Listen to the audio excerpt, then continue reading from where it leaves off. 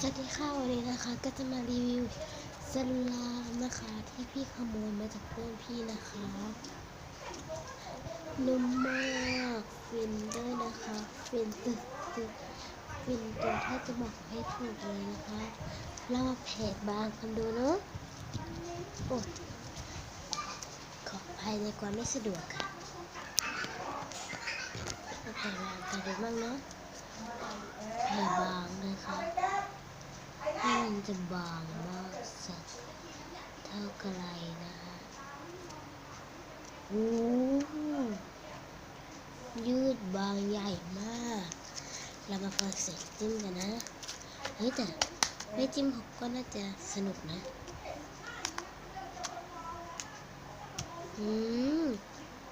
จิ้มฟินเวอร์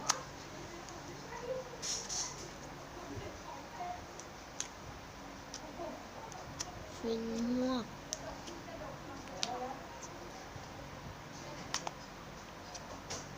ฟินอะ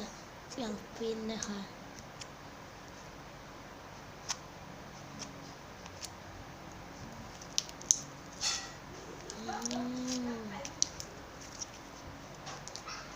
ฟินอะ